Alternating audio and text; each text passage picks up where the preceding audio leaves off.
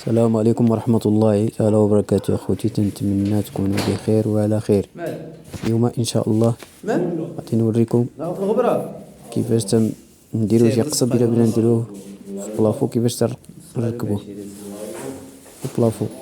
هذا ماموني مغلف بالرولو ديال القصب مقسوم، يعني رشقة. كنا نديروه هنا في السقف. عاد شدينا السقف تقبناه ودرنا فيه الكروات، الكرو ديال النمرة 13، المهم السيرو 13 باش تنزيروه.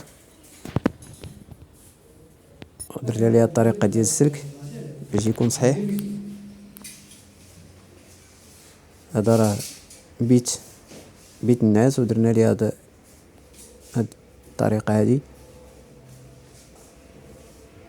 كيما تتشوفوا، هذا السلك، هاد الكروات، كيما بهاد الطريقة هادي.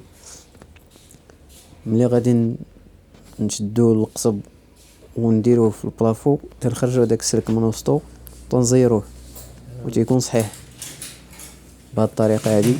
نعتذر ما وريتكمش كيفاش من الاول كيفاش نعلقو هاد القصب، لانه ثقيل وهنا ما يخدمش لنا السلوم. راك شتو دايرين على الكراسة. حنايا 3 اللي ركبنا هاد البلافو هذا. داكشي علاش حطيت ما صورتش، كنا معاونين على هادشي هذا، ما كاينش اللي غادي يشد ليا الكاميرا باش نصور. المهم هانتوما كيما تشوفوا اخوتي الطريقه كيفاش ركبنا، وغتديو فكره كيفاش تيركب هادشي هذا وتيكون صحيح.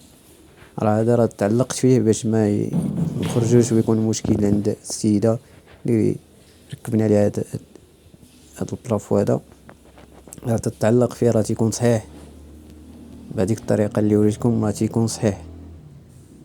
وانتم كيما تشوفوا النتيجه النهائيه. هاد السلك هذا اللي تيبان، هو تيبان في سميتو، حنايا راه تنحيدوه. اما السيده قالت لك خليه باه دير به واحد، تعلق فيه شي باه دير به شي ديكور. راه ملي تنركبوه حنا راه ما تيبانش هاد السلك هذا، تنخبيوه بتاتا ما تيبانش. هي قالت لينا خليوه هكاك باه دير به شي ديكور ولا. المهم هاد الطريقه، كنتمنى اخوتي تستافدوا ويعجبكم الفيديو، وديروا لايك وتشتركوا في القناه.